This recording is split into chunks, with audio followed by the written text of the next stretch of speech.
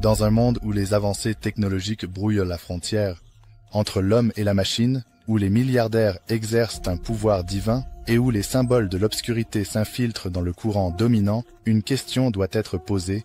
Elon Musk est-il simplement un brillant entrepreneur ou y a-t-il quelque chose de beaucoup plus sombre en jeu? Beaucoup considèrent Musk comme l'innovateur ultime, un génie moderne qui veut sauver l'humanité d'elle-même. Mais que se passerait-il si l'histoire était bien plus sinistre? Et si ses entreprises, ses symboles et ses propres mots révélaient un schéma troublant?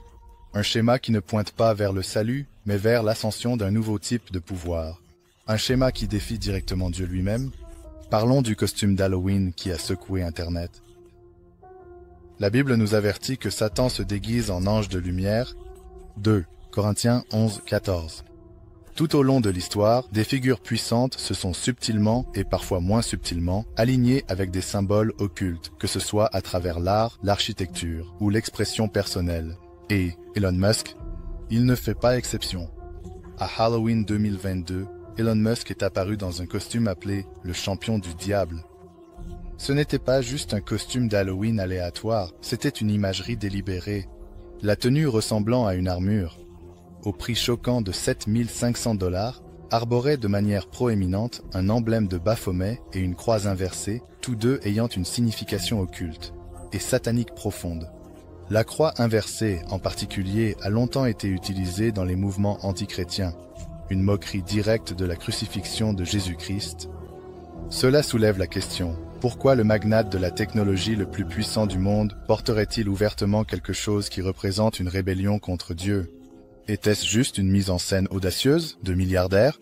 Ou était-ce un signal, une démonstration publique d'allégeance à quelque chose de bien plus sombre? Certains pourraient dire, ce n'est qu'un costume, n'y prêtez pas attention. Mais nous croyons au schéma, et quand vous reliez les points, l'image devient très claire. Maintenant parlons de Neuralink. De toutes les entreprises de Musk, aucune n'est plus alarmante que Neuralink, sa société de puces cérébrales. Alors que les médias l'encensent comme un outil pour aider les personnes handicapées et améliorer la cognition, Musk lui-même a admis que cette technologie permettra aux humains de faire des choses qu'ils n'étaient jamais censés faire. D'un point de vue existentiel à long terme, c'est comme... Le but de Neuralink est de créer une interface à large bande passante avec le cerveau afin que nous puissions être symbiotiques avec l'IA. Cela pourrait être un bon résultat. Cela pourrait être un résultat assez positif pour l'avenir. Donc, au lieu de nous remplacer, cela changera radicalement nos capacités. Oui, ça le fera. Permettre à quiconque le souhaite d'avoir une cognition surhumaine. Pensez à cela. Nous avons été créés à l'image de Dieu, avec des limitations humaines naturelles. Mais maintenant, Musk pousse vers un monde où les gens pourront télécharger des connaissances instantanément, comme Neo dans la Matrice, en contournant des années d'efforts.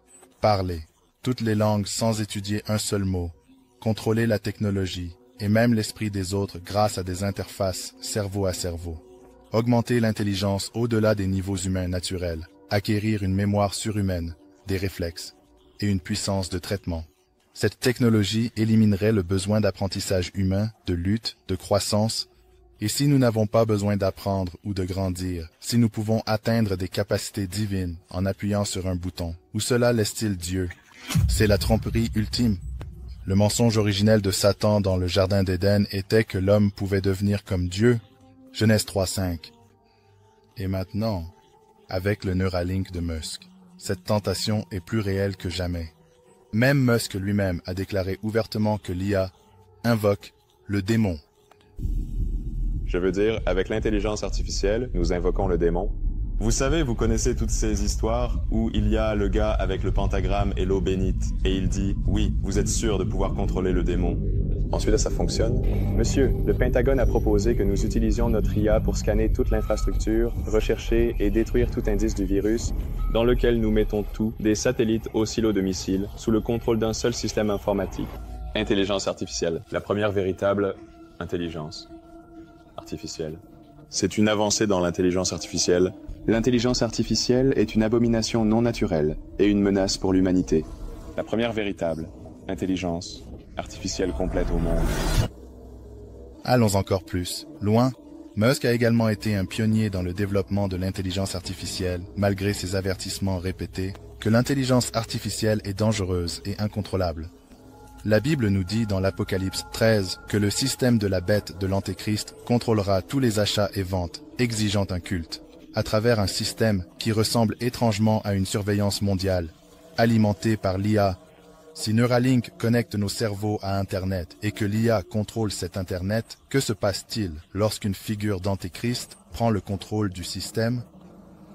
Serions-nous encore humains? Nous avons posé les bases, les symboles, la technologie, les connexions inquiétantes. Nous avons vu la poussée vers le transhumanisme, le contrôle par l'IA et la réécriture de ce que signifie être humain. Mais maintenant, nous devons prendre du recul et nous demander: Elon Musk est-il vraiment le cerveau derrière tout cela? Ou est-il simplement un autre acteur clé, positionné pour quelque chose de bien plus grand que lui? D'immigrants fauchés à l'homme le plus puissant de la tech, coïncidence ou dessein?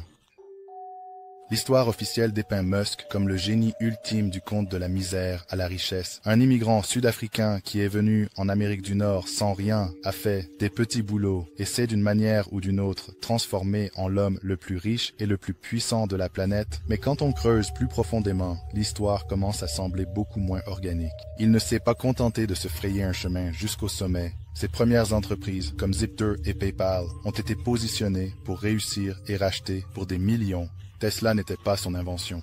Il a rejoint après sa fondation, puis a pris le contrôle, et est devenu le visage de la marque.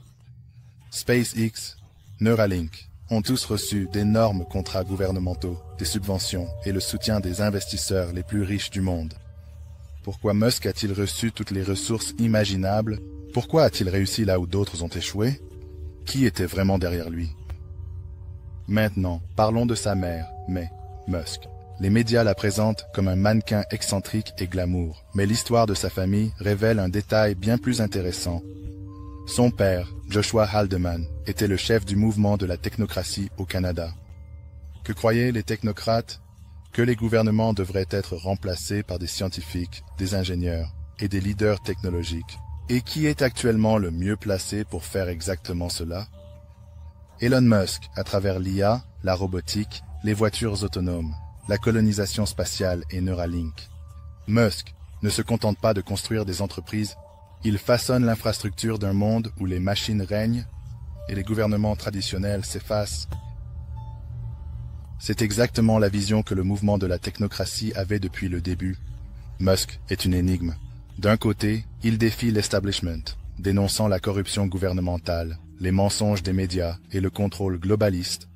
D'un autre côté, ces projets pourraient facilement devenir la base du système dystopique même qu'il prétend combattre. Il lutte pour la liberté d'expression sur Twitter. Mais que se passe-t-il lorsque l'IA commence à contrôler toute parole? Il met en garde contre les dangers de l'IA, mais c'est aussi lui qui s'assure que l'IA devienne trop puissante pour être arrêtée. Il met en garde contre les excès du gouvernement, mais il développe une puce cérébrale qui pourrait un jour permettre une surveillance totale des pensées. Est-il un héros essayant de prévenir la prise de contrôle par l'IA, ou s'assure-t-il que cela se produise selon ses propres conditions? Et voici la partie la plus intéressante, c'est vu sur Jésus. Lorsqu'on demandait s'il accepte le Christ, Musk raillait le christianisme. Il ne l'a pas rejeté catégoriquement. Au lieu de cela, il a dit « Si Jésus sauve des gens, je ne me mettrai pas en travers de son chemin. Bien sûr, je serai sauvé. Pourquoi pas ?» Je suis d'accord avec les principes que Jésus a prônés. Et cela est... Vous savez, il y a une grande sagesse dans les enseignements de Jésus. Et je suis d'accord avec ses enseignements. Et des choses comme tendre l'autre joue sont très importantes. Parce que, contrairement à œil pour œil mène à un aveugle. Donc, le pardon, vous savez, est important et... Traiter les gens comme vous aimeriez être traités. Aime ton prochain comme toi-même. Très important. Si Jésus sauve des gens, je veux dire, je ne me mettrai pas en travers de son chemin. Vous savez, comme je serai sûr, je serai sauvé. Pourquoi pas? Maintenant, voici où tout se relie. La Bible nous avertit dans l'Apocalypse 13 qu'un système se lèvera où l'Antéchrist contrôlera l'économie mondiale, la parole, et le mouvement à travers une marque, Pendant des siècles, les gens se sont demandé ce que cela pourrait être. Mais maintenant, nous avons une réponse possible. Neuralink pourrait être la clé du contrôle de la pensée. L'intelligence artificielle pourrait être le système qui régit toutes les transactions, la parole et l'information. Un réseau de surveillance mondiale pourrait imposer une conformité totale. Et qui est actuellement à la tête de toutes ces technologies? Elon Musk. Maintenant, cela signifie-t-il que Musk lui-même est l'antéchrist? Non. Mais pourrait-il poser inconsciemment les bases du système dont l'Apocalypse nous avertit? Absolument. Et voici le véritable danger. Il n'a même pas besoin d'être malveillant pour que cela se produise. Il peut sincèrement croire qu'il aide l'humanité. Il peut vraiment penser que l'intelligence artificielle, les puces cérébrales et l'automatisation sont l'avenir. Mais ce qu'il ne réalise pas, ou peut-être qu'il le fait, c'est que la technologie même qu'il construit tombera un jour entre les mains du véritable dirigeant des temps de la fin. C'est exactement ainsi que fonctionne la tromperie, non par la force brute, mais en amenant les gens à adopter volontairement le système qui finira par les asservir. Mais la vraie question est, que pensez-vous d'Elon? Veuillez commenter ci-dessous et partager votre opinion avec le monde. Je tiens à vous remercier tous de regarder et jusqu'à la prochaine fois, que Dieu vous bénisse tous.